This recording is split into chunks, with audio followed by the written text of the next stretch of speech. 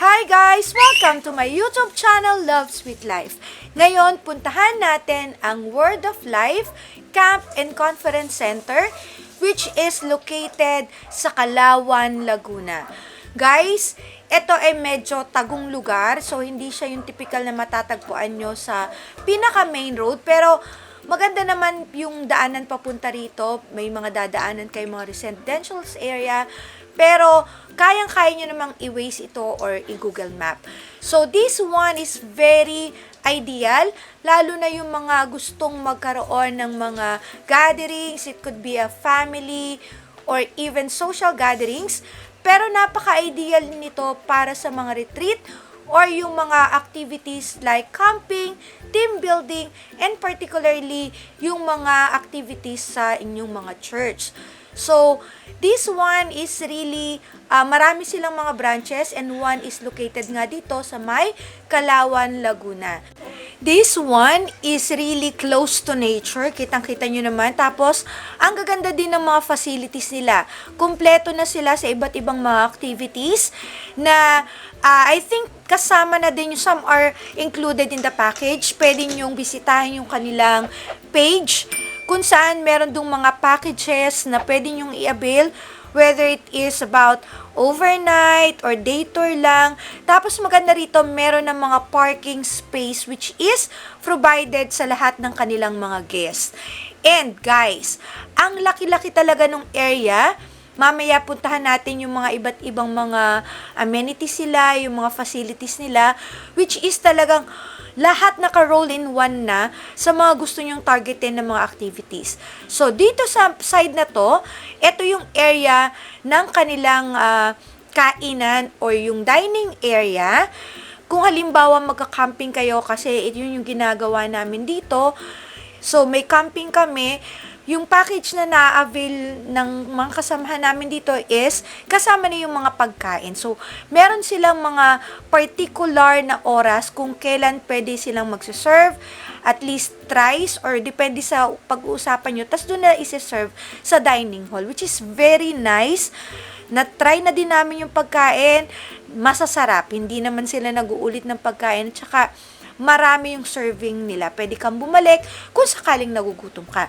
So, sa opposite noong dining hall, ito inakyat natin, guys, ang ganda. Breathtaking kasi kitang-kita mo yung ibang mga sides or mga area sa palibot ng Laguna.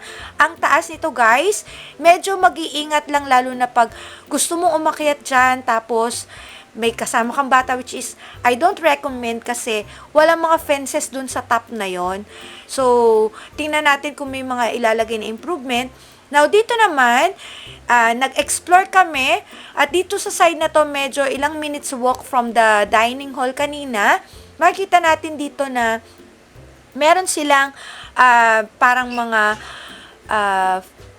tambayan or pwede nating sabihin yung area for their mga personnels. Tapos, ito na rin yung kanilang conference hall, which is isa sa pinaka-highlight kung halimbawa meron kayong mga camp, kagaya na nabanggit ko kanina, or team building na kailangan nyo ng session hall, that is also very recommended. Maganda din yung facilities nila, lalo na yung kanilang mga hand washing areas, kagaya nito, di ba, pleasing to the eyes. And then, meron naman silang mga malilinis na mga comfort rooms or toilets. So, ito yung area na yan, doon sa may pauna-una dyan, nandyan meron silang parang mga sari-sari store, parang ganun, convenience store. Kung halimbawa meron kang hindi nabili nung pagpunta mo rito or medyo nagugutom ka, nakulangan ka na ng mga baon, pwede ka namang pumunta doon at may mga mabibili ka namang pagkain. Reasonable prices naman yung meron sila. Hindi naman sobrang mahal na i-expect mo kasi medyo mataas talaga yung lugar. Sasadyain mo, guys. Hindi talaga siya kung gusto mo lang na biglang mag-cutting ng camping or bigla kang nainip or na-miss mo yung nanay-tatay mo, gusto mong umuwi, hindi ganun kadali lumabas sa area na to. At medyo mahina din ang signal ng kanilang mga mobile, mga service provider, kung ano man yung Smart Globe. At dito, Which is very nice kasi, di ba? Pag tayo nagre-retreat, pag tayo ay nagka-camping, dapat bawas tayo sa distraction. At tingnan nyo naman guys, di ba?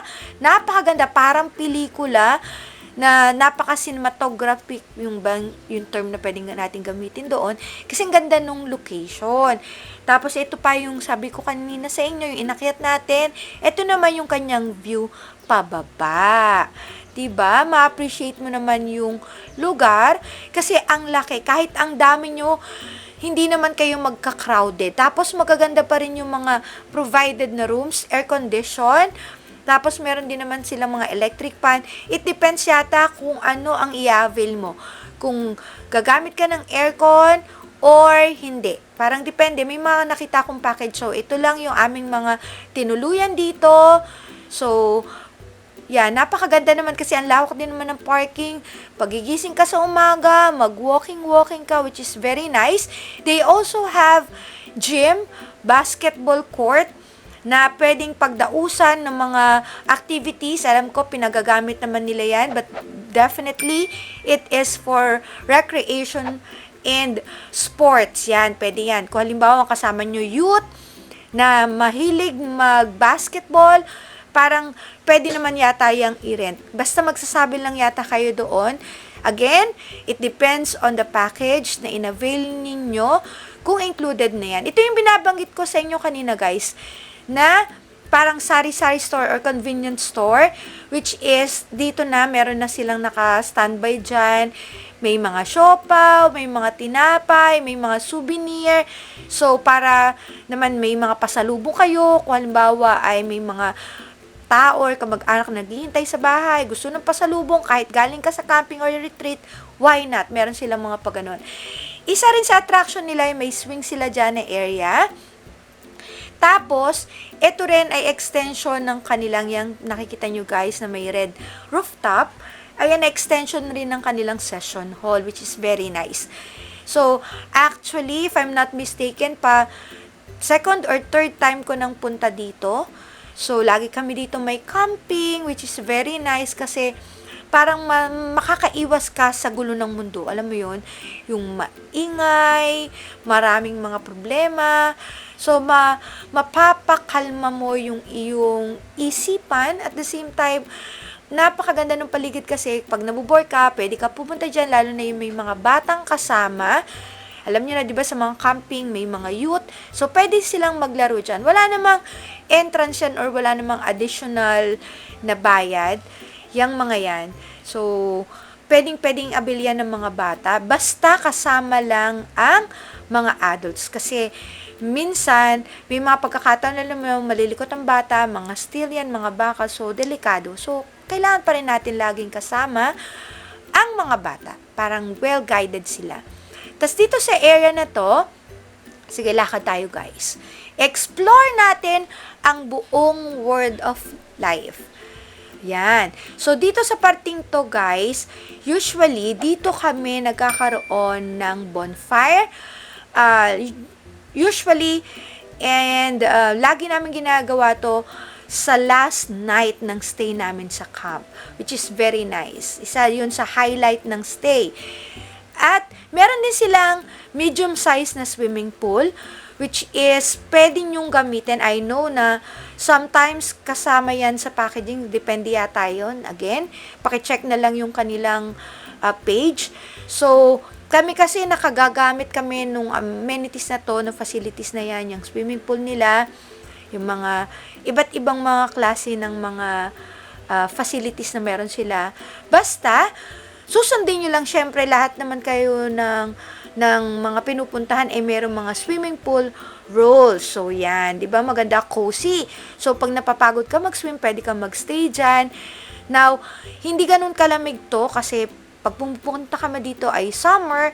So, naiinitan na yung pool. Masarap sa pakiramdam. Hindi ka masya-shock na sobrang lamig. So, I like the temperature ng pool nila. Tapos ito, meron ng tama ba guys? Soccer field. So, pwedeng maglaro doon. Magdala na lang kayo ng bola.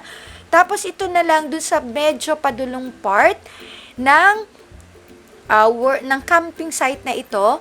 Meron din sila ditong, ang alam ko, provided ng mga tirahan na ganyan. So, ito yung medyo mahal ng kaunti kasi secluded na or hindi nakalagay doon sa maramihan na stay. So, yan.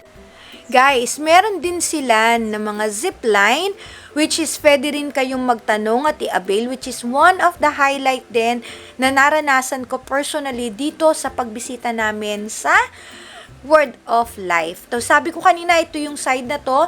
Pwede kayong mag-campsite at saka mag-bonfire. Tapos, nasa tabi lang siya ng running water. So, meron silang river dyan, which is very nice. Ingat lang kapag may kasamang mga bata kasi may tatawirin kayo na gano'n na parang footbridge. So, dito naman yung area na kung saan parang hindi na naman ito usually yung kanilang pinopromote na camping site, pero pinuntahan na rin namin, alam niyo na, para to give you ideas. Tapos yung mga nakikita niyo dyan guys, mga sapot ng gagamba. Hindi ko alam kung anong klaseng gagamba na may ganong sapot or web, but it is very kinda interesting at the same time, medyo natakot ako kasi, ano ba yun, ang laki-laki. So, meron din sila dito na campsite kung gusto nyo naman medyo tagong lugar, which is also very nice. So, I hope you like this vlog and please do not forget to like, share, and subscribe to my YouTube channel, Love Sweet Life. Thank you and God bless!